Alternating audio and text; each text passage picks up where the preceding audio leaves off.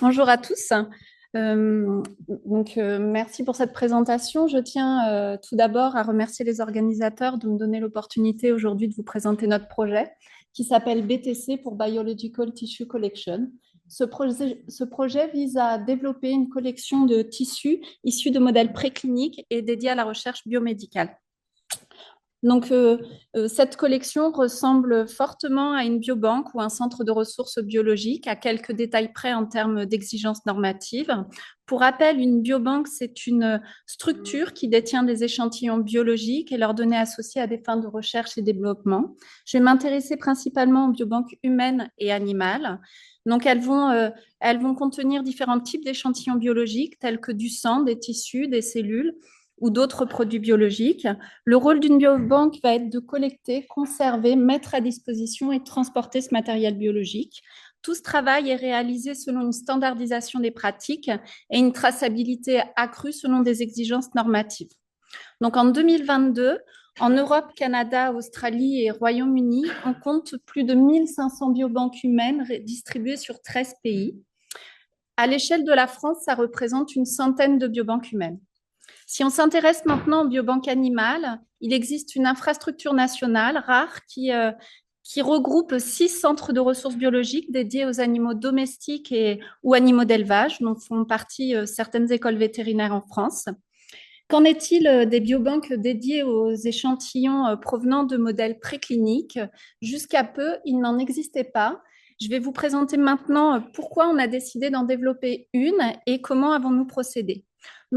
Pour rappel, le cœur de métier de la plateforme d'histologie REM, c'est le phénotypage histologique des modèles précliniques. Donc, ça consiste en l'étude morphologique des tissus à l'échelle microscopique.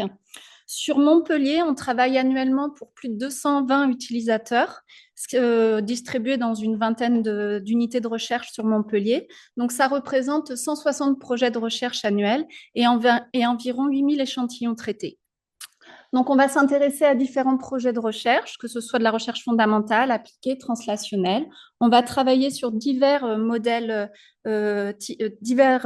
biologiques, tels que des cultures cellulaires 2D, 3D, des tissus provenant de l'homme, d'animaux sauvages ou autres animaux de laboratoire, mais aussi des modèles murins et surtout même des modèles murins. Ces modèles sont des modèles précliniques de maladies humaines. Il en existe trois catégories. Les modèles induits par modification génétique, les modèles induits par traitement chimique et les modèles de greffe avec des lignées cellulaires ou des biopsies de patients, qu'on appelle aussi PDX pour Patient Derived Xenograft. Donc, sur ces modèles, qu'est-ce que vont faire les chercheurs? Ils vont prélever leurs tissus d'intérêt, ils vont les fixer et nous les confier. Nous allons réaliser une inclusion en paraffine de ces échantillons pour les couper finement à l'aide d'un microtome. On va colorer ou immunomarquer les lames d'histologie générées et on va pouvoir les analyser au microscope.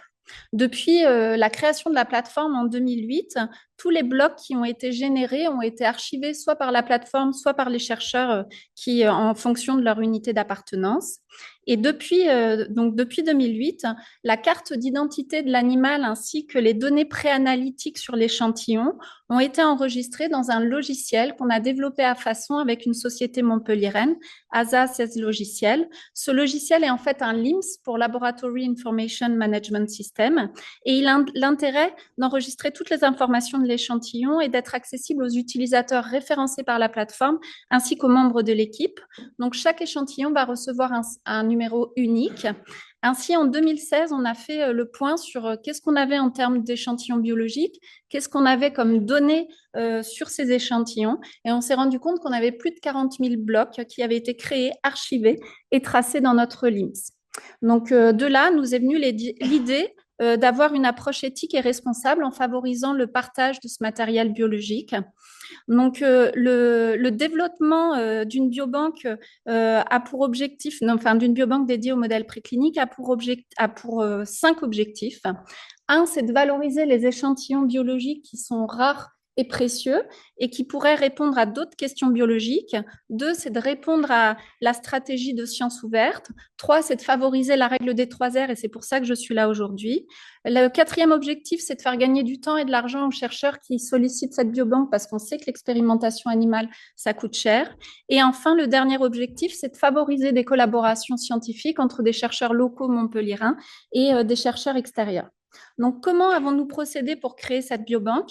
L'idée générale était d'interconnecter notre LIMS, qui contient les données animales et préanalytiques, avec un portail web d'interrogation.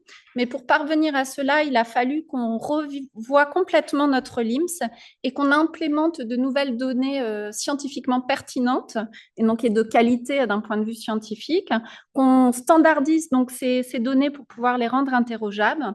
Et on a décidé également, dans une première version de ce portail web, de rendre interrogeables uniquement les tissus issus d'animaux sauvages ou autres modèles et les modèles OGM. Donc, tous les autres modèles précliniques sont aujourd'hui non interrogeables dans la BTC et on exclut bien évidemment les échantillons humains puisqu'on n'est pas habilité à mettre à disposition des tissus humains. C'est le rôle des biobanques humaines. Donc, si on fait un point aujourd'hui en 2024, dans notre LIMS version 2.0, on a plus de 100 000 blocs qui ont été enregistrés. Et si on applique les critères de visibilité dont je viens de vous parler, on a aujourd'hui 30 500 blocs qui sont aujourd'hui interrogeables sur ce portail de la BTC version 1.0. Et donc, cette biobanque, on peut appeler biobanque, a été développée en anglais et est ouverte à toute la communauté scientifique depuis l'année dernière.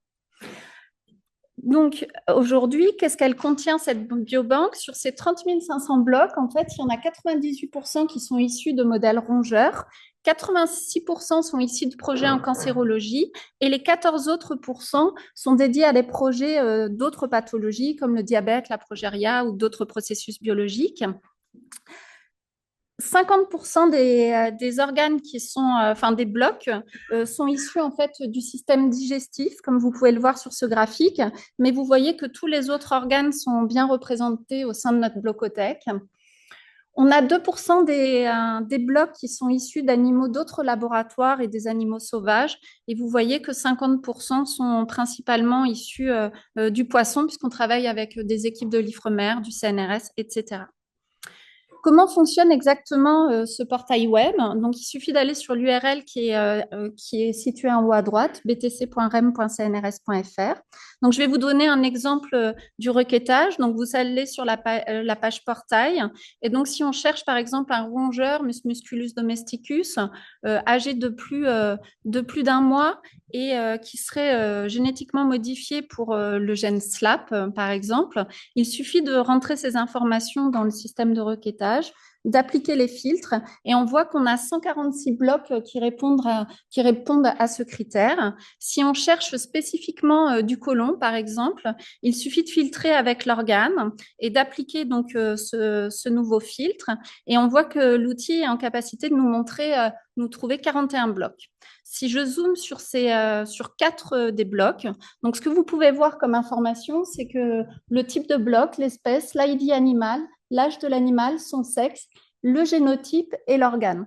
Si je regarde spécifiquement le génotype, vous voyez que le premier bloc correspond en fait à un bloc d'une souris mutée pour le gène SLAP et que c'est un chaos constitutif. Donc, le gène SLAP a été délété dans toutes les cellules de l'organisme. Que le deuxième bloc correspond en fait à une souris contrôle issue du même groupe expérimental et que la troisième ligne correspond à un animal muté pour SLAP également, mais cette fois-ci, c'est un chaos conditionnel. Donc, le gène SLAP a été délété uniquement dans l'intestin de ces souris. Et vous voyez que le dernier bloc correspond à une souris contrôle du même groupe expérimental.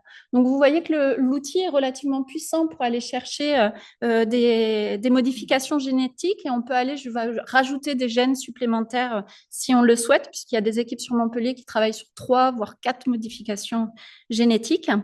Et une fois que vous avez trouvé vos blocs d'intérêt, donc il suffit de sélectionner ces derniers, de remplir un formulaire de contact, d'expliquer la question biologique que vous vous posez et le besoin en matériel biologique. Et ce formulaire sera envoyé directement donc, au chercheur propriétaire du bloc, au chef d'équipe, à l'administrateur bien évidemment de la BTC et une copie au chercheur demandeur. Une fois que cette demande a été faite, l'étape numéro 2 va être de vérifier auprès du chercheur propriétaire qu'il est bien d'accord de mettre à disposition ce matériel biologique. On va vérifier la disponibilité des blocs et surtout s'il y a suffisamment de matériel biologique. Ce qu'il faut bien comprendre, c'est qu'on ne met pas à disposition les blocs. Les blocs restent sur Montpellier, c'est les lames d'histologie, soit des lames blanches ou traitées ou des copeaux de paraffine qui sont envoyés aux chercheurs demandeurs. Ensuite, on a une troisième étape qui consiste à contractualiser et signer un accord de principe entre les différentes parties. Donc pour ça, on a fait un gros travail avec les services juridiques des différentes tutelles pour définir un material transfer agreement qui soit simplifié et qui facilite la procédure. On validera bien évidemment le cahier des charges, les techniques à réaliser, le besoin, s'il y a un besoin de qualifier l'échantillon pour les techniques employées. Le coût, il faut savoir qu'on ne facture pas le matériel biologique. Le but est vraiment de la science ouverte. Donc, on va juste facturer la technique histologique de production des lames et la gestion du projet, donc la gestion RH en termes de gestion de projet et les financements de la maintenance du serveur et du logiciel. Et puis enfin, on va définir bien évidemment le calendrier. Donc les lames, le matériel biologique sera généré par la plateforme. On pourra envisager la production de tissus micro-arrêts si le chercheur demandeur le souhaite. Et enfin, le tout est envoyé au chercheur demandeur qui pourra réaliser toute une batterie de tests sur les échantillons demandés, comme les nouvelles techniques de biologie spatiale. Donc aujourd'hui, comme je vous l'ai expliqué, la version 1.0 de cette BTC, elle met à disposition uniquement des échantillons issus d'animaux sauvages, autres animaux de laboratoire ou des modèles OGM. Grâce au financement qu'on a obtenu du FC3R, on a travaillé toute l'année dernière sur les nouvelles spécifications métiers qu'il faudrait dans cette V2.0 pour permettre l'interrogation des autres modèles précliniques. Et donc, on va implémenter des filtres par pathologie, ce qui signifie que si vous cherchez des genoux de souris, par exemple, qui ont développé l'arthrose, on pourra le retrouver à partir de cet outil.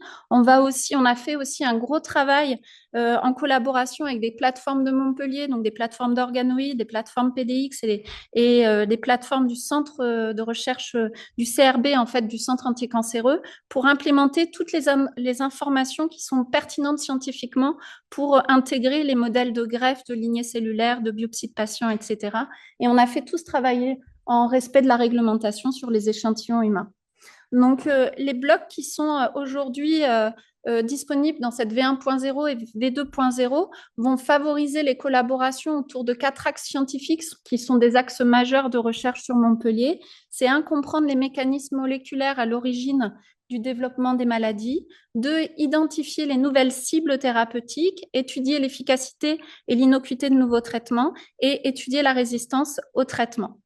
Donc, pour conclure, je dirais que cette collection de tissus dédiés aux échantillons de modèles précliniques est, à notre connaissance, l'une des premières en France. Elle a pour objectif de répondre à la réglementation des 3R et à la science ouverte. Donc, la BTC version 2.0 sera livrée au printemps-été 2025. Donc, on implémentera 10 à 15 000 échantillons supplémentaires qui seront interrogeables sur ce nouveau portail. On espère, à travers cet outil, faire la preuve de concept de l'utilité de cet outil pour la communauté scientifique académique. On espère donc faire, un peu comme faire boule de neige, on va dire. L'idée, c'est qu'en effet, aujourd'hui, le portail de la BTC, il est interconnecté au LIMS qui est situé à Montpellier, mais on peut tout à fait, il a été développé de telle sorte à être interconnectable avec d'autres bases de données, donc il serait sur d'autres villes en France.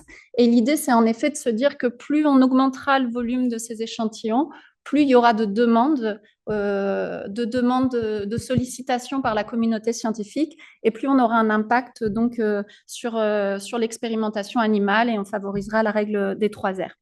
Donc, en conclusion, je n'ai pas le temps, je crois, de remercier toutes les personnes qui sont citées sur cette dia. Je vais juste citer les collaborateurs principaux. Donc, Florence Bernex, qui est la responsable scientifique de la plateforme REM, Mathieu Lacroix, Alicia Seguin et Yaël Gasson, qui ont beaucoup travaillé, qui ont été les ingénieurs opérationnels que j'ai encadrés sur ce projet, Laurent Lecam, qui a été à l'initiative également de la philosophie du projet à la création de la plateforme.